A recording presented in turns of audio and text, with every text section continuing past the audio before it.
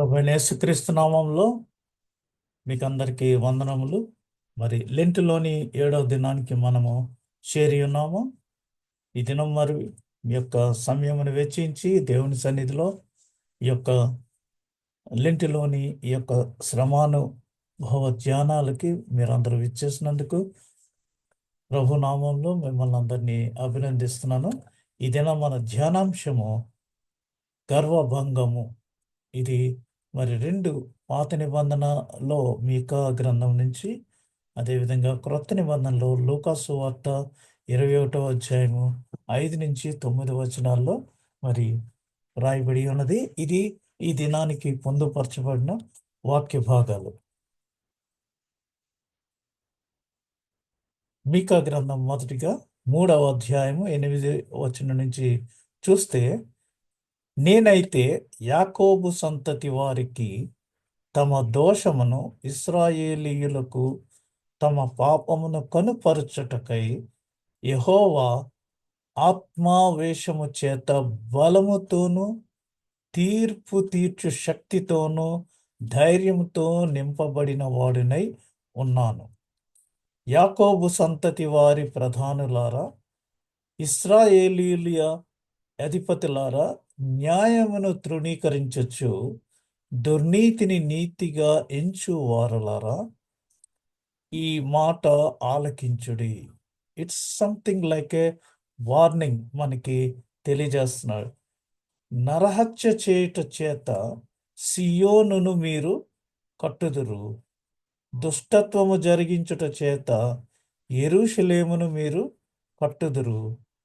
జనుల ప్రధానులు లంచము పుచ్చుకొని తీర్పు తీర్చుదురు, వారి యాజకులు కూలికి బోధింతురు, ప్రవక్తలు ద్రవ్యము కొరకు సోదె చెప్పుదురు. అయినను వారు యెహోవాను ఆధారం చేసుకొని, యెహోవా మన మధ్యనున్నాడు కదా, ఏ కీడును మనకు రానేరదని అనుకొందురు. మరొకసారి ఇక్కడ 3 అంశాలు మరి రిపీట్ చేస్తున్నాను. జనుల ప్రధానులు లంచము పుచ్చుకొని తీర్పు తీర్చుదురు, వారి యాజకులు కూలికి బోధింతురు, ప్రవక్తలు ద్రవ్యము కొరకు సోదె చెప్పుదురు. 12వ వచనం, కాబట్టి చేను దున్నబడినట్లు మిమ్మును బట్టి సియోను దున్నబడును, యెరూషలేము రాళ్ల కుప్పలగును, మందిరము ఉన్న పర్వతము అరణ్యములోని ఉన్నత స్థలము వలె అగును.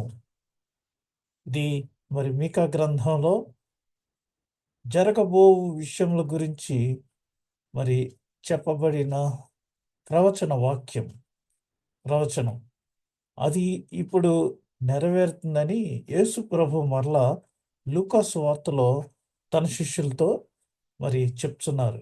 అందుకనే నేను ఎప్పుడు చెప్పినట్టుగా పాత నిబంధనలో చెప్పబడిన వాక్యము దానికి ఇక్కడ క్రొత్త నిబంధనలో చెప్పబడిన వాక్యమునకు సమన్వయం, లింక్ ఉంటుందనేసి మీకా వ్రాసిన ఈ యొక్క ప్రవచనము ఇక్కడ లూకా సువార్తలో యేసు ప్రభు ద్వారా మరొకసారి మరి జ్ఞాపకం చేయబడింది.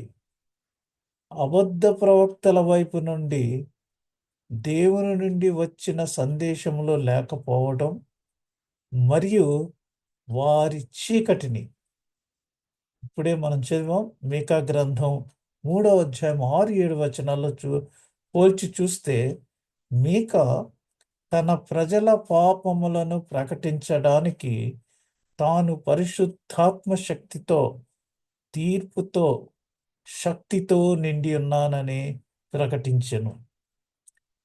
మీకా 3వ అధ్యాయం 6వ వచనం 7వ వచనాలు ఇక్కడ ఉన్నాయి. అవేంటంటే, మీకు దర్శనము కలగకుండా రాత్రి కమ్మును, సోదె చెప్పకుండా మీకు చీకటి కలుగును. ఇట్టి ప్రవక్తలకు సూర్యుడు కనపడకుండా అస్తమించును, పగలు చీకటి పడును. అప్పుడు దీర్ఘదర్శులు సిగ్గునొందుదురు, సోదెగాండ్రు తెల్లపోవుదురు. దేవుడు తమ ప్రజల ప్రత్యుత్తరం ఇయ్యకుండుట చూచి నోరు మూసికొందురు. ఇక్కడ 3 పాలక వర్గాలు ఉన్నాయి. ఇందాక నేను రిపీట్ చేశాను. మెయిన్ కోర్ టీమ్ అన్నమాట. అందులో ఒకటి ఏంటంటే న్యాయాధిపతులు, జడ్జెస్. రెండవది దేవుని సేవకులు. మూడవది ప్రవక్తలు. ఈ ముగ్గురు పాలక వర్గములు, కోర్ టీమ్ అన్నమాట. ఈ న్యాయాధిపతులు వారు చెప్పే తీర్పు కోసం ప్రతిఫలం ఎదురు చూస్తూ ఉంటారట. నేను ఇంకా ఇక్కడ సాఫ్ట్ లాంగ్వేజ్ యూజ్ చేశాను. బైబిల్లోనే ఏకంగా డైరెక్ట్గా లంచము పుచ్చుకొందురు అని, లంచము పుచ్చుకొని తీర్పు తీర్చుదురు అని వ్రాయబడి ఉంది. యాజకులు కూలికి బోధింతురు, దైవ సేవకులు ప్రతిఫలము కొరకు మాత్రమే బోధింతురు.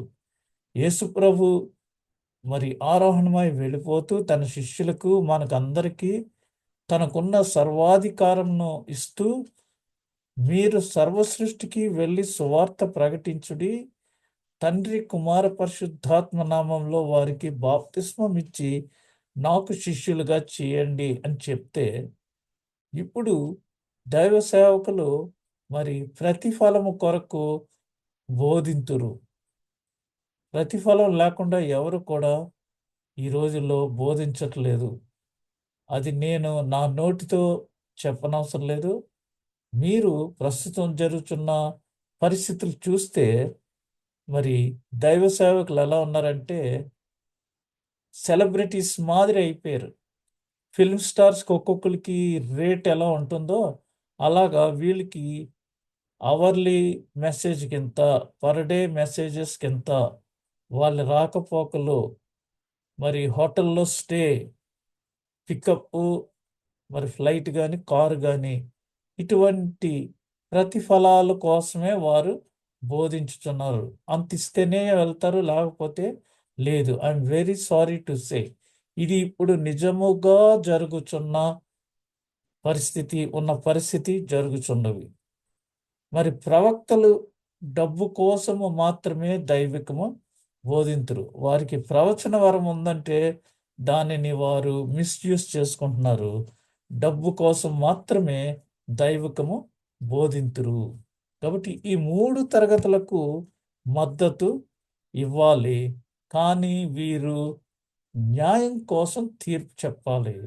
బోధించిన ప్రతిదానికి రుసుము లేకుండా బోధించాలి. మా నేనున్న లూథర్గిరి చర్చ్లో మరి యూత్ కుర్రోళ్ళందరూ ఒకసారి యూత్ క్రిస్మస్ చేసుకుంటూ ఒక డ్రామా వేశారు. ఆ డ్రామా వేసి అందులో ఒక కుర్రోడు మరి పాస్టర్ గారిలాని గౌన్ వేసుకుని వచ్చి ఇంటింటికి వెళ్ళి మరి వాక్యాన్ని, అదే ఇంటింటికి విజిటింగ్కి వెళ్ళి వారికి ప్రార్థన చేసి వస్తున్నారు. ప్రార్థన చేసి వస్తూ ఒక ఇంటికి వెళ్ళి ప్రార్థన చేసిన తర్వాత అమ్మ వెళ్ళొస్తాను అని ఇలా పెట్టాడు. నా ఫోటో కనిపిస్తుందా మీకు లేదా?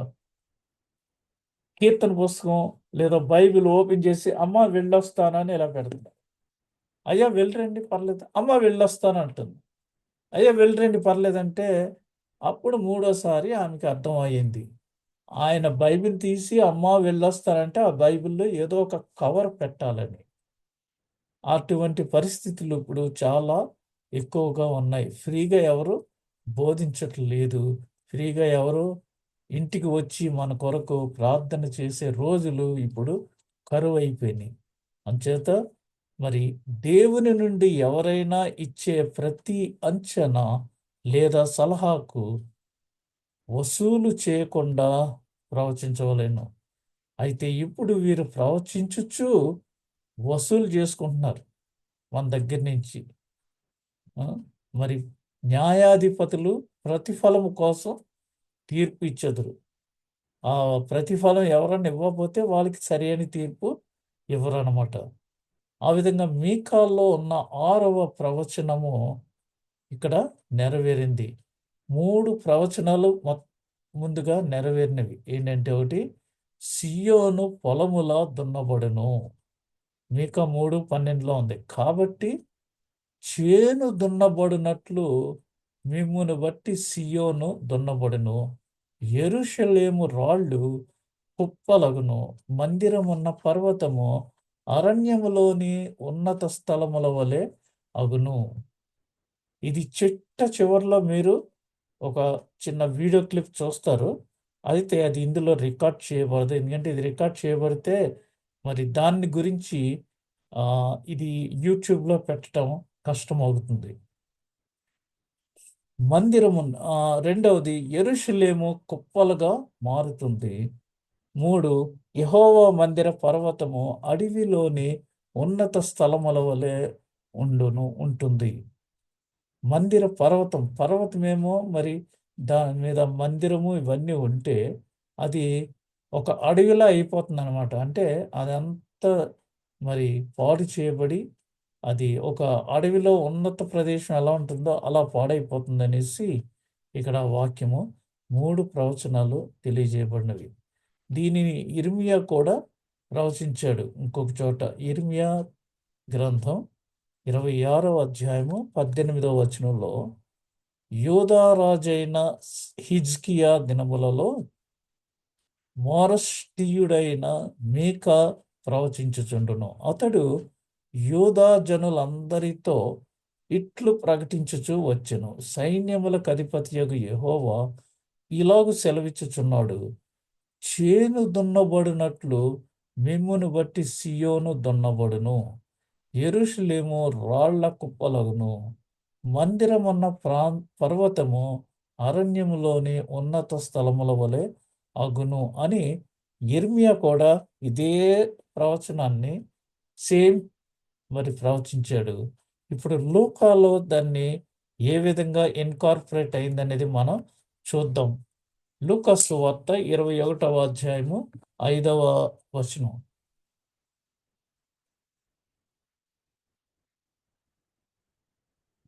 కొందరు ఇది అందమైన రాళ్లతోనూ అర్పితములతోనూ శృంగారింపబడి ఉన్నదని దేవాలయమును గూర్చి మాట్లాడుచుండగా ఆయన, ఈ కట్టడములు మీరు చూచుచున్నారే, వాటిలో రాతి మీద రాయి ఉండకుండా అవి పడద్రోయబడు దినములు వచ్చుచున్నవని చెప్పెను. రాతి మీద రాయి ఉండకుండా అవి పడద్రోయబడునని దినములు వచ్చుచున్నవని చెప్పెను. అప్పుడు వారు, బోధకుడా, అలాగైతే ఇవి ఎప్పుడు జరుగును?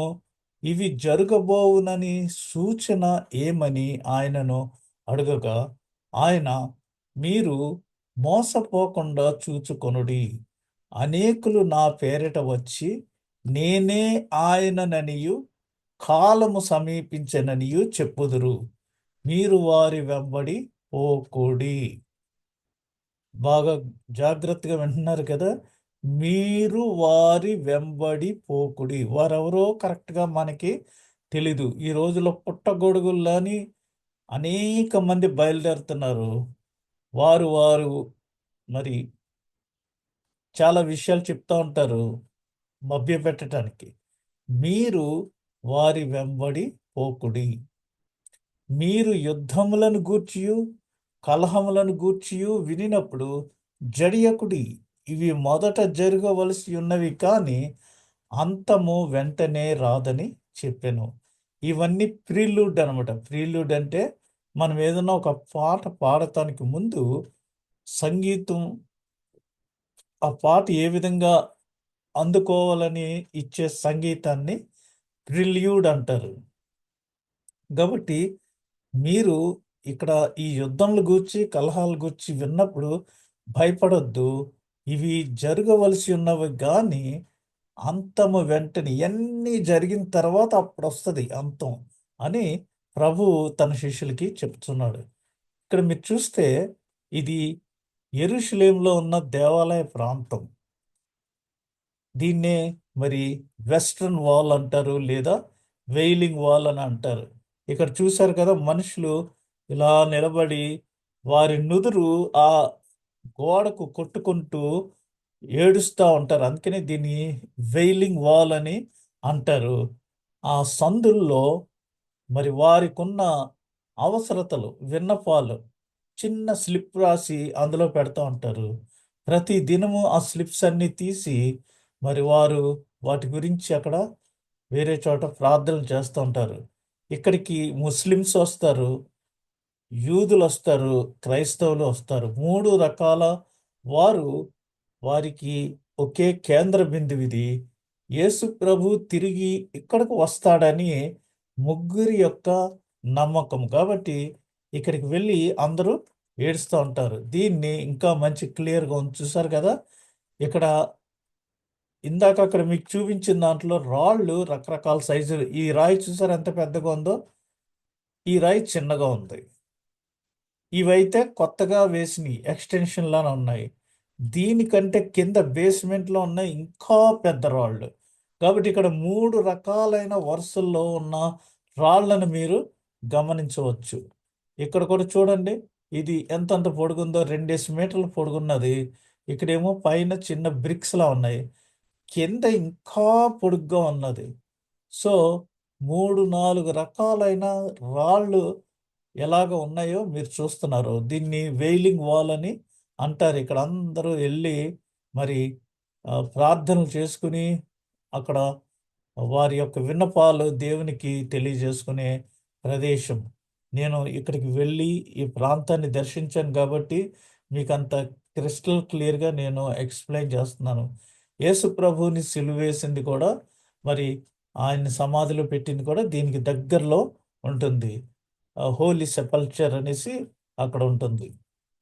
ఇక్కడ మీరు చూసే ఈ విషయానికొస్తే ఒక రాయిపై మరి ఒక రాయి మిగిలి ఉండని, పడగొట్టబడని రోజులు వచ్చును. లూకాలోని 43వ క్రొత్త నిబంధన ప్రవచనము అది 70 ఏడీలో నెరవేరినది. యెరూషలేము నాశనము చేయబడినది. 70 ఏడీ అంటే మొదటి శతాబ్దం 70వ సంవత్సరంలో ఈ లూకాలో వ్రాయబడిన 43వ క్రొత్త నిబంధన ప్రవచనము ఆల్రెడీ నెరవేరిపోయింది. లూకా సువార్త 21వ అధ్యాయము 6వ వచనం.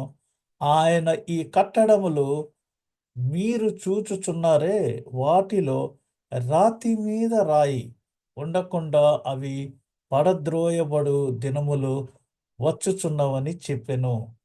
అది ఎవరు చెప్పారంటే యేసు ప్రభు తన శిష్యులకి చెప్పాడు. దానికి సంకేతాలేంటి అది అని అడిగినప్పుడు ఇలా ఇలా రాయి మీద రాయి ఉండదు అని చెప్పాడు. ఎందుకంటే యేసు ప్రభుని సిలువ వేసినప్పుడు మరి పిలాతేమో ఈ పస్కా పండుగ సందర్భంగా నేను ఒక ఖైదీని విడుదల చేసే అధికారం నాకుంది. ఈ మనుష్యుల్లో ఏ విధమైన నేరము లేదు కాబట్టి నేను ఇతన్ని విడుదల చేస్తానంటే, నో, నో, నో మాకు ఇతను సిలువ వేయాలి. బరబ్బాని కావస్తే విడుదల చేయి ఇతని ప్లేస్‌లో అని అన్నప్పుడు, ఒకప్పుడు బరబ్బా వచ్చి, నాకు భుజబలం ఉంది, నీకు బుద్ధి బలం ఉంది. మనిద్దరము కలిస్తే యూదా సామ్రాజ్యాన్నే స్థాపించొచ్చు. నాతో చేయగలుపు అన్నప్పుడు యేసుప్రభు అతనితోటి నీ రాజ్యము వేరు, నా రాజ్య స్థాపన వేరు. నా రాజ్యం ఆల్రెడీ స్థాపించే ఉంది అని చెప్పి, అవసరమైతే నీ కొరకు నేను నా ప్రాణాన్నన్నా ఇస్తాను గానీ, నేను చెయ్యి కలపను అన్నప్పుడు, అప్పుడు అర్థం చేసుకుని బరబ్బా ప్రభూ అని ఆ కొండ దగ్గరికి పరిగెత్తుకుంటూ వచ్చాడు. ఆ సమయంలో మరి యేసును సిలువ వేయండి అన్నప్పుడు అక్కడ ఆ పిలాతు ఈ నీతిమంతుని రక్తంతో నాకు ఏ విధమైన సంబంధం లేదని చేతులు కడుక్కున్నాడు. అప్పుడు అక్కడున్న యూదులు అందరూ కూడా అన్యులు, యూదులు ఈయన రక్తము వలన వచ్చు దోషము మా మీదను, మా పిల్లల మీదకు వచ్చును గాక అని వాళ్ళకి వాళ్ళే శపించుకున్నారు. ఇది ఎంత భయంకరమైన చరిత్ర నిజమంటే, మొదటి శతాబ్దంలో జరిగిన ఈ సంఘటనను బట్టి యూదులు ప్రపంచమంతా చెల్లాచెదరైపోయారు. స్టేట్‌లెస్ పీపుల్ అయిపోయారు. శాపగ్రస్తులైపోయారు. యెహోవా కోపం వారి మీదకి వచ్చింది. 70వ సంవత్సరంలో అది నాశనం చేయబడునని ముందుగా త్వరలో అది ఈ విధంగా రాయి మీద రాయి ఉండకోకుండా నాశనం అవుతుందని ప్రవచనము 70వ సంవత్సరంలో నెరవేరింది. ఈ విధంగా ఈనాడు యూదులు ప్రపంచమంతా వెళ్ళిపోయారంటే అది యేసు ప్రభు సమయంలో వారు చేసిన తప్పు వలన ప్రపంచమంతా పారిపోయారు. ఎందుకంటే 70వ సంవత్సరంలో వారి మీదకి మరి టైటస్ చక్రవర్తి దండెత్తాడు. ఆ రోమా సామ్రాజ్యాన్ని మరి ఇంకను బలోపేతంగా స్థాపించాడు అక్కడ. అతను యూదుల్ని సుమారుగా 1,00,000 మంది యూదుల్ని ఏకంగా డైరెక్ట్గా కత్తితో చంపేశాడు. అందుకని యెరూషలేమంతా రక్తము సెలయేరుగా డ్రైనేజీల నిండా రక్తమే ప్రవహిస్తుంది. ఆ సమయంలో ఈ టైటస్ చక్రవర్తి 70వ సంవత్సరంలో యెరూషలేం మీద దండెత్తి మరి ఆ యొక్క యెరూషలేము దేవాలయాన్ని పడగొట్టి దానిని అగ్నితో కాల్చివేశాడు. అగ్నితో కాల్చినప్పుడు ఆ ఆలయం లోపల ఉన్న పరికరాలు కొన్ని మరి ఆలయంలో ఉపయోగించే ఆభరణాలు ఇవన్నీ కూడా ఆ దీపస్తంభము ఇంకా మరి మందసం దగ్గర ఉండే ఈ ఐటమ్స్ ఇవన్నీ కూడా వెండి బంగారుతో చేయబడినవి. చాలా ఎన్నో కొన్ని మరి తులాలు కిలోలు ఉన్న ఆ బంగారము వెండి కరిగి ఈ రాళ్ళు ఇందాక చూపించాను కదా మీకు, ఆ రాళ్ళ మధ్య సందులోకి ఆ కరిగిన బంగారము వెండి వెళ్ళిపోయింది. అప్పుడు ఆ బంగారాన్ని దోచుకుంటం కోసం వేరే వాళ్ళు ఆ రాళ్ళను ఒక్కొక్కటి తీసివేసి దాని మధ్యకి వెళ్ళిపోయిన బంగారాన్ని తీసుకున్నారు. ఆ రాయి ఒక్కొక్కటి మామూలుగా తీయలేరు, దున్నబడినట్లు. సియోను దున్నబడును అంటే ఆ రాయి ఒక్కొక్కటి ఎంత ఉందంటే 2 మీటర్ల పొడవు, మరి 60 సెంటీమీటర్ల వెడల్పు. అంత పెద్ద పొడుగైన రాళ్ళని మరి తీసివేయటం చాలా కష్టం. అయితే దాని మధ్యన ఉన్న బంగారం కోసం వారు దానిని దున్నినట్టు దున్ని ఒక రాయి మీద ఒక రాయి ఉండకోకుండా చేసేసిన ఆ యొక్క మరి ప్రవచనము ఇక్కడ నెరవేరింది. అందుచేత మీరు చూడండి, అయితే ఇవి ఎప్పుడు జరుగును, మరి ఈ విషయములు నెరవేరినప్పుడు ఏ సూచన ఉండును, దానికి ఏ ముంగుర్తులు ఉండును అని శిష్యులు అడిగినప్పుడు మరి 9వ వచనంలో మీరు యుద్ధములను గూర్చియు కలహములను గూర్చియు వినినప్పుడు జడియకుడి, ఇవి మొదట జరగవలసి ఉన్నవి గాని అంతము వెంటనే రాదని చెప్పాను. ఒక ప్రక్క అబద్ధ ప్రవక్తలు వస్తారు, నేనే క్రీస్తును అని చెప్తారు, మళ్ళా వారిని నమ్మొద్దని చెప్తున్నారు. ఆయన నేనే అని చెప్పే కాలము సమీపించింది, మీరు వారి వెంబడి పోకుడి అని చెప్పారు. మరలా ఆ, వారు జరగబోయే ఈ విషయాలన్నీ జరిగితేనే కానీ అంతము రాదు అని మరి ప్రభు వారికి చెప్తున్నాడు. వాటిలో రాతి మీద రాయి ఉండకుండా అవి పడద్రోయబడు దినములు వచ్చుచున్నవని చెప్పాను. కాబట్టి మీరు యుద్ధములను గూర్చియు కలహములను గూర్చియు వినినప్పుడు జడియకుడి, ఇవి మొదట జరగవలసి ఉన్నవి గాని అంతము వెంటనే రాదని చెప్పాను. మీరు మోసపోకుండా జాగ్రత్త వహించుము. లూకాలోని 44వ క్రొత్త నిబంధన ప్రవచనము నెరవేరినది. 70వ సంవత్సరంలో యెరూషలేములో నాశనము నెరవేరినది. చాలా మంది నా పేరు మీద వచ్చి నేను క్రీస్తునని చెప్పెదరు, మరియు సమయము దగ్గర పడుచున్నది. ఈ యుగాంతములో క్రీస్తు రాకడకు సంబంధించిన 10 సంకేతములు. ఇక్కడ 21వ అధ్యాయము 8 నుంచి 11 వచనాలు. మనమేమో మరి మొదటి 8 వచనాలు చదివిన ఇక్కడ 11 నుంచి 8 నుంచి 11 వచనాల్లో కొన్ని ఉన్నాయి, 12 నుంచి 24 వచనాల్లో కొన్ని ఉన్నాయి, 36వ వచనం వరకు కొన్ని ఉన్నాయి. ఇవన్నీ మనకి సంకేతాలు. ఎటువంటి సంకేతాలు అంటే అవి ఒకటి అబద్ధ ప్రవక్త, అబద్ధ క్రీస్తు మరియు అబద్ధ ప్రవక్తలు. వీరు మరి మొన్న ఒకసారి రష్యాలో ఎవరో ఒక ఆమె నేనే క్రీస్తునని చెప్పేసి వచ్చింది. అలాగా అమెరికాలో ఇంకొకరు ఎవరో వచ్చారు. రకరకాల దేశాల్లో నేనే క్రీస్తును అని చెప్పి వాళ్ళు వచ్చారు. అబద్ధ ప్రవక్తలు అయితే ఇంకా చాలా ఎక్కువ మంది, మరి ఎక్కువ సంఖ్యలో బయలుదేరుతున్నారు. మీరు వారి వెంబడి పోకుడి. వారు వాక్యాన్ని వక్రీభవించి చాలా చక్కగా మనందరినీ ఆకట్టుకునే రకం. కాబట్టి యుద్ధములు ఈ రోజుల్లో చూస్తే, మరి రష్యా యుక్రెయిన్ యుద్ధం, అన్ని చోట్ల యుద్ధాలు. అంతకుముందు ఇస్రాయేల్ దేశం మరి ఆ, పక్కనున్న దేశాలన్నిటితోటి యుద్ధం చేసింది. ఈ దినములలో మనము మూడవ ప్రపంచ యుద్ధం వస్తుందేమో అనే ఒక భయభ్రాంతులతో ఈ చిన్న చిన్న యుద్ధాలన్నీ మనం చూస్తున్నాము. ఇవన్నీ దేవుని యొక్క రాకడకు సూచనలుగా జరుగుతున్నాయి. ఎందుకంటే టాలరెన్స్ తగ్గిపోయింది. వారికి మధ్యన ఉన్న ఆ యొక్క టాలరెన్స్. క్రైస్తవులు చంపబడుదురు. క్రైస్తవులు ఎంతో మంది మరి ఆ మధ్య చూస్తే లిబియా దేశంలో మరి కాప్టిక్ క్రిస్టియన్స్ని, ఈజిప్షియన్స్ని, కొంతమందిని వారు కత్తితో మరి హతమార్చారు. క్రైస్తవులు వరుసగా నిలబెట్టి క్రైస్తువుని స్వీకరిస్తే చాలు వాళ్ళని చంపేయటం జరిగింది. మూడవది, క్రైస్తవులు సత్యము నుండి దూరం అవుతారు. అది తిమోతి పత్రికలో మనకి క్లియర్గా వ్రాయబడి ఉన్నది. ఎందుకంటే రెండవ తిమోతి 4వ అధ్యాయము చదువుకుందాం, పర్వాలేదు. 2వ తిమోతి 4వ అధ్యాయము 3-4 వచనాలు నేను చదువుతాను. 3-4 వచనాలు.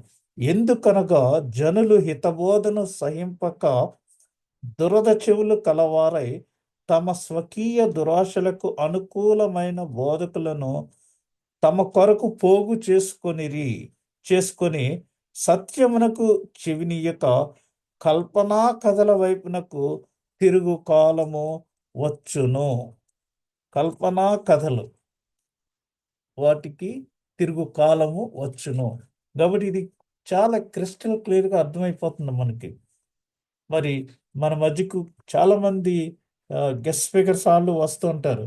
అందరూ కూడా ఫుల్గా వాక్యం చెప్పేవాళ్ళు కాదు. అందులో కొంతమంది, ఐఎమ్ సారీ టు సే, ఎక్కువ మంది మరి వాక్యం చెప్పే సమయంలో కొంత సమయం జోకులు వేయటం, కొంత సమయం మరి పిట్ట కథలు చెప్పటం, ఇలాంటివన్నీ చెప్పటం వలన జనాలు ఏమవుతున్నారంటే వారు మరి హితబోధన సహింపక, ఇదివరకు చిన్నపిల్లలకి మాత్రేలంటే అది పొడిని చేసి షుగర్లో కలిపి ఇచ్చేస్తే వాళ్ళు తినేసేవారు.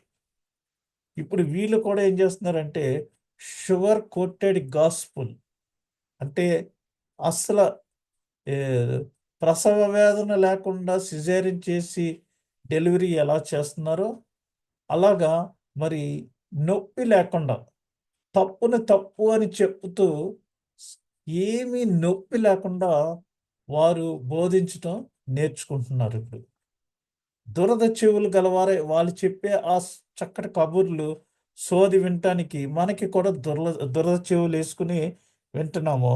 వారు అసలు వాక్యాన్ని విడిచి వేరే వేరే వాక్యాలన్నీ చెప్తుంది. అబ్బా ఎంత బాగా చెప్తున్నారండి అంటారు. ఎందుకని? అందరికీ అది ఇష్టం. ఆ డబుల్ మీనింగ్ డైలాగులు, మరి పిట్ట కథలు, జోకులు, ఇవన్నీ ఇష్టం. వాక్యాన్ని వాక్యంగా బోధించాలి. మరి ప్రయారిటైజేషన్ అంటే ముఖ్యమైన వాక్యం నుంచి ఈ దినం మనం చూడండి, దేవుని యొక్క మరి యెరూషలేము యొక్క నాశనము, లేకపోతే ఈ ఐటెం మనకి ఏది అయితే ఇచ్చారో దాన్నే మనం ప్రధానంగా కేంద్రంగా చేసుకుని ధ్యానం చేస్తున్నాం. మనము దీన్ని వదిలిపెట్టేసి వేరేదేదో చెప్తే అది వాక్యాన్ని వాక్యంగా చెప్పుకోకుండా దూరం అయిపోయినట్టు అవుతున్నాం. అంచేత మరి అలా కాకుండా క్రైస్తవులు సత్యం నుండి దూరం అయిపోవటం జరుగుతుంది.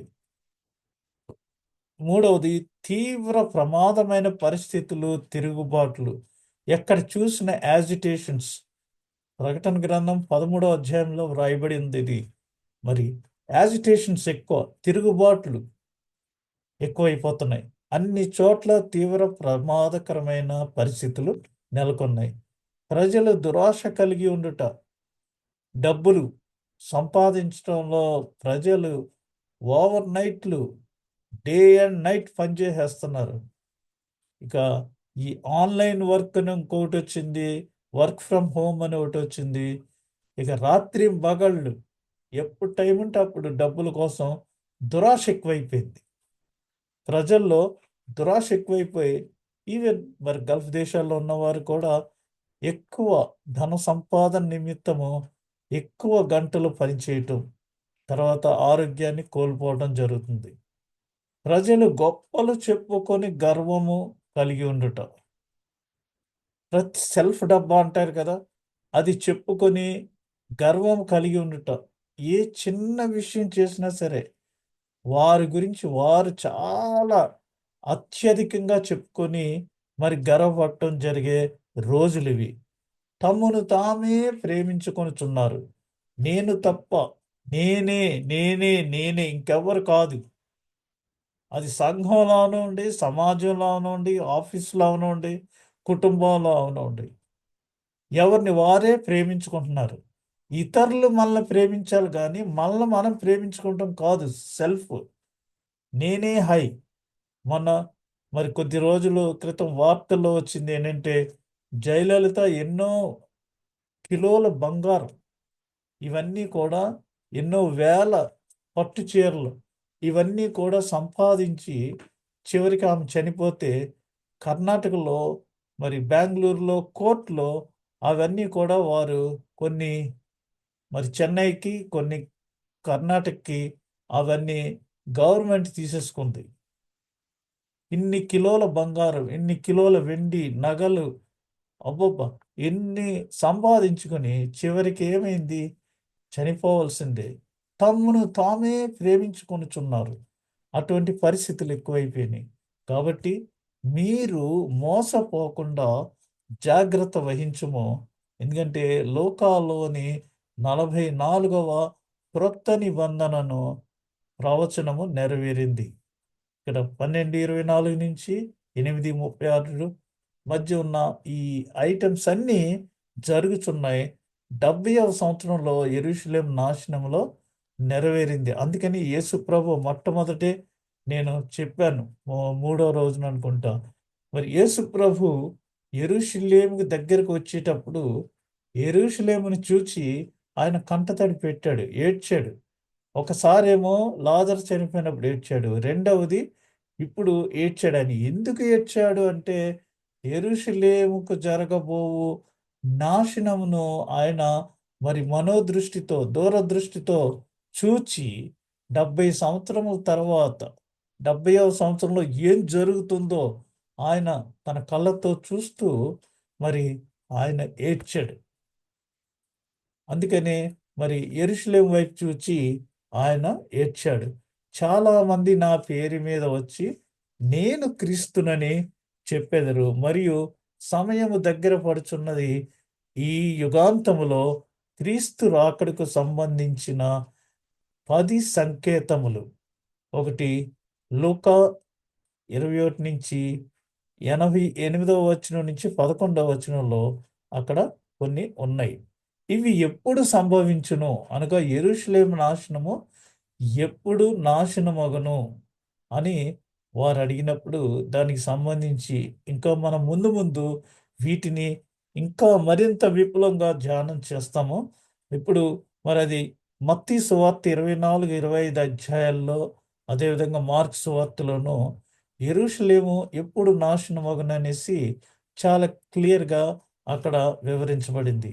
నీ రాకడకు సంకేతములేంటి ప్రభువా అని అడిగినప్పుడు అక్కడ కూడా మరి సూర్య చంద్ర నక్షత్రములలో సూచనలను, భూమి మీద సముద్ర తరంగముల ఘోష వలనను కలవరపడిన జనములకు శ్రమయు కలుగును. సముద్ర తరంగముల ఘోష అంటే ఉప్పెనలు వస్తున్నాయి, హై టైడ్ వస్తుంది. అవి మరి ప్రజలుండే ప్రాంతాల్లోకి వచ్చి ముంపు చేసి వెళ్ళిపోతున్నాయి. సూర్య చంద్ర నక్షత్రములలో సూచనలను మరి 1600 సంవత్సరం నుంచి ఖగోళ శాస్త్రంలో ఏం జరుగుతుందని చూస్తే ఈ గత 400 సంవత్సరాల నుంచి ఈ సృష్టిలో ఉన్న ఈ ఖగోళంలో గ్రహముల కక్షల్లో డైరెక్షన్స్ కొన్ని మారుతున్నాయి. నాసా వాళ్ళు ఒక్కొక్క రోజు ఒకటి ప్రకటిస్తున్నారు. ఈ ఉపగ్రహం భూమికి చాలా చేరువలో ఉంది. ఈ 2 ఉపగ్రహాలు గుద్దుకునే పరిస్థితులు ఉన్నాయి అని మరి వారు ప్రతి దినము ఏదో ఒకటి క్రొత్త విషయాన్ని మనకి తెలియజేస్తున్నారు. సూర్యుడు మరి కాంతి విహీనుడైపోతాడు. చంద్రుడు ఎర్రగా అయిపోతాడు. ఇటువంటి సూచనలన్నీ కూడా దేవుని రాకకు ముఖ్యంగా సంకేతములుగా ఉన్నాయి. భూమి మీద సముద్ర తరంగాల ఘోష వలన. అంతేకాకుండా ఆకాశమందలి శక్తులు కదిలించబడును. ఇదే నేను చెప్పాను ఇప్పుడు. గ్రహముల యొక్క కక్షల్లో అవి అవుట్ ఆఫ్ ఆర్బిట్లోంచి కొంచెము సైడ్ లైన్ అయ్యి మరి అది మన భూమి మీదకి రాబోతుంది అనే విషయము భయమును కలిగించి మనకి మనుష్యులు ఎదురు చూచుచు ధైర్యము చెడి కూలుదురు.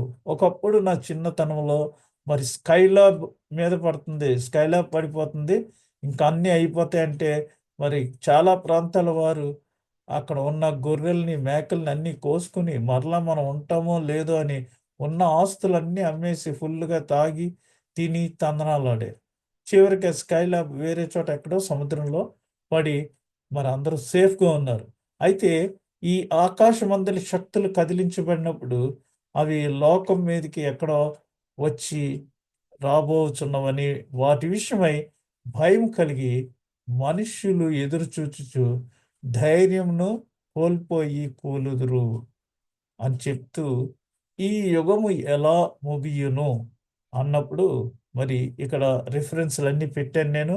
ఆ రిఫరెన్స్లు మీరు ఇంట్లో చూసుకోవచ్చు. ఇప్పుడు అన్ని చెప్పడం వివరించడం కష్టం అవుతుంది. ఈ యుగం ఎలా ముగుస్తుంది అంటే యుగాంతమునకు సంబంధించిన హెచ్చరికలు ఏంటంటే మార్కులో మరి 22వ క్రొత్త నిబంధన ప్రవచనము 2వ రాకడలో నెరవేరును.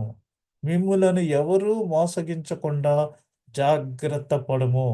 ఈ రోజుల్లో రకరకాలైన మోసములు జరుగుతున్నవి. ఈ ఇక్కడ చెప్పిన ఆ అంశాలన్నీ మీరు చదువుకోండి. మిమ్మును మీరు ఎవరు మోసగించకుండా జాగ్రత్త పడము. నేను ఒకసారి మరి బాంబే వెళ్ళినప్పుడు జస్ట్ దాదర్ స్టేషన్లో దిగి చాయ్ తాగుదామని పక్కకు వెళ్తే నేను తెలుగు వాడినని ఒకడు వచ్చి, సార్ మీరు తెలుగు వాళ్ళ, ఎలా ఏ ఊరు సార్ మీరు అది నేనేం మాట్లాడలేదు. నేను మాట విప్పితే వాడు యాక్సెంట్ పట్టుకుని మరి నా రూట్లోకి వస్తాడని చివరికి ఎక్కడో మాట విప్పాల్సి వచ్చింది. మాట మారిస్తే వెంటనే వాడు, అయ్యా మీది తూర్పుగోదావరి జిల్లా, మీ ఎమ్మెల్యే నాకు బాగా తెలుసు, అది ఇదని మొదలుపెట్టాడు. తెలిస్తే నీకెందుకు, నీకు నాకు ఏం సంబంధం లేదంటే చివరికి అయ్యా నా దగ్గర డబ్బులు లేవు, 2 రోజుల నుంచి ఫుడ్ తినలేదు, కనీసం ఒక 100 రూపాయలు ఉంటే ఇవ్వండి అని అడిగాడు. లేదు నా దగ్గర లేదంటే అప్పుడు 10 20 అన్నీ మనీ తీసుకుని వెళ్ళాడు. అలాగా మనల్ని మోసగించకుండా జాగ్రత్త పడాలి. చాలా పరిచయస్తుల కింద వచ్చి మోసగిస్తారు. ఈ రోజుల్లో సైబర్ నేరగాళ్ళు ఎక్కువైపోయారు. సైబర్ క్రైమ్స్ అని. ఇది కూడా మనల్ని మోసగించటానికి వచ్చిన చివరి రోజుల్లో వచ్చిన మోసగాళ్ళు. మోసపోకుండా హెచ్చరికలు. యేసు వారితో ఇట్లా నేను ఎవడునూ మిమ్మును మోసపరచకుండా చూచుకొనుడి. అనేకులు నా పేరిట వచ్చి నేనే క్రీస్తునని చెప్పి పలువురిని మోసపరిచెదరు. అనేకులైన అబద్ధ ప్రవక్తలు వచ్చి పలువురిని మోసపరిచెదరు. మొన్న కుంభమేళా జరిగింది. ఈవెన్ హిందూయిజంలో కూడా కుంభమేళాలోకి మరి ఆ బాబాల వేషంలో కొంతమంది టెర్రరిస్టులు కూడా వచ్చారు. పోలీసులు వారిని జాగ్రత్తగా మరి పట్టుకున్నారు, అరెస్ట్ చేశారు. ఈ విధంగా మరి మనకి క్రైస్తవ్యంలో దొంగ ప్రవక్తలు వాళ్ళు వచ్చి నేను మరి ఇలాగా అలాగా అని చెప్తా ఉంటారు. రాజమండ్రిలో ఒకసారి మరి ఒకప్పుడు తిరుపతిలో పూజారి ఇప్పుడు నేను దేవుని పూజారిని అని ఒక అతను మరి రాజమండ్రికి వచ్చి మరి ప్రవక్తల ఒక గొప్ప దైవజనుల్లో వస్తే అతనికి మామూలుగా సరే మంచి భోజనం తెప్పిద్దామని చికెన్ బిర్యానీ తీసుకొస్తే నాకు రెండు బిర్యానీలు కావాలి, బీఫ్ అయితే చాలా ఇష్టం నాకని చెప్తున్నాడు. మరి అటువంటి భయంకరమైన మనుషులు మరి మోసం చేయటానికి వస్తున్నారు కాబట్టి మనము చాలా జాగ్రత్త కలిగి వారిని ఎదుర్కోవాలి. అబద్ధపు క్రీస్తులను అబద్ధపు ప్రవక్తలను వచ్చి సాధ్యమైతే ఏర్పరచబడిన వారిని సైతము మోసపరచుటకై గొప్ప సూచక క్రియలను మహత్కార్యములను కనపరిచెదరు. అయినా మీరు మోసపోకుండా చూచుకొనుడి. అనేకులు నా పేరిట వచ్చి నేనే ఆయనననియు కాలము సమీపించిననియు చెప్పుదురు. మీరు వారి వెంబడి పోకుడి. మీరు నా నిమిత్తము అందరి చేత ద్వేషించబడుదురు. అంతము వరకును సహించినవాడు రక్షించబడును. ముఖ్యంగా స్త్రీల దగ్గరికి వచ్చి వీళ్ళు అప్రోచ్ అవుతారు. వాళ్ళని చక్కగా ఇన్ఫ్లుయెన్స్ చేసినప్పుడు ఆటోమేటిక్గా హస్బెండ్ని వారు ఇన్ఫ్లుయెన్స్ చేయగలరు కాబట్టి వాళ్ళు వెళ్ళేది ఎక్కువగా స్త్రీల దగ్గరికి. ఏదేను తోటలో అవ్వ దగ్గరికి మొట్టమొదటిగా మరి సాతాను అవ్వ దగ్గరికి వెళ్ళింది.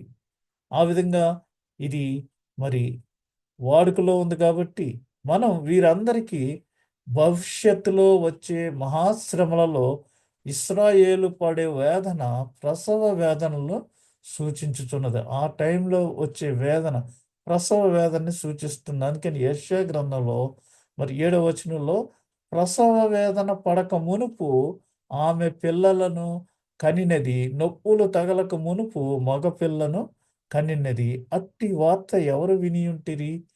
అట్టి సంగతులు ఎవరు చూచిరి? ఒక జనమును కనుటకు ఒకనాటి ప్రసవ వేదన చాలునా?